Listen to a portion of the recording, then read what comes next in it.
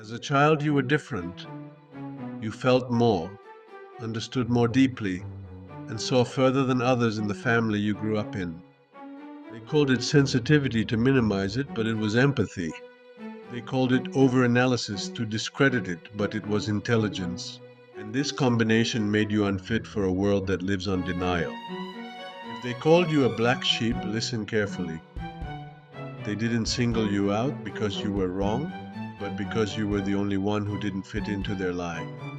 They singled you out because you could see, and anyone who can see within a sick system becomes dangerous. In a sick system, the healthy seem dangerous, the free seem threatening, and the conscious seem like the enemy. The narcissistic parents who made you a scapegoat live in a world made of illusions. That's why they can never recognize or cultivate the light that exists in their child. Their empathy is dead because they cannot feel beyond themselves, and their intelligence is limited to manipulation and survival, not understanding or truth.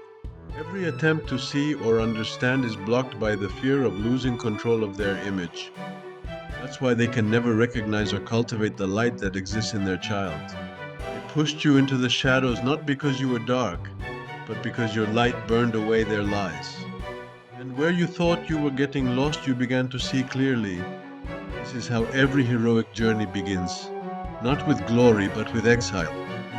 Hell wasn't punishment, it was your school. Where they expected you to break, you learned.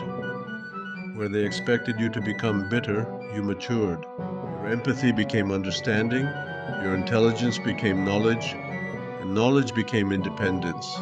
You didn't leave angry, you left cleaner, more capable, and freer than they could ever have imagined. There you acquired the one weapon they can't take away from you: awareness. Now you see patterns, you see roles, you see before they speak. And this is fatal for any system that lives on illusion. Where you stand clearly, the lie collapses on its own. You are no longer the black sheep, you are the one who came out of prison and saw the world for what it is. And that is the one thing a sick system can never forgive. You are no longer the black sheep. You are your own doctor, the advocate of your boundaries, and the architect of your life. You don't negotiate your worth, you don't justify your path, and you don't ask permission for your existence. You are financially independent, mentally clear, physically alive, and internally immobile in the face of any manipulation. And you don't ask those who only know how to put one brick on top of another to understand abstract and higher truths because they only know how to save money, eat, and sleep. Not because they are evil, but because they are unable to know what is good and right. You have withdrawn from their noise and risen to a level where their interpretations do not reach. And that is the one thing that the sick system, your supposedly loving family, can never tolerate. And as Christ said long ago, let the dead bury their own dead. Because some people die long before their hearts stop, when they lose the ability to see, feel, and truly live. So they walk among the living like shadows, speaking without hearing, and touching without feeling. You didn't run away from people, you ran away from a world already dead. And this is where your life really began.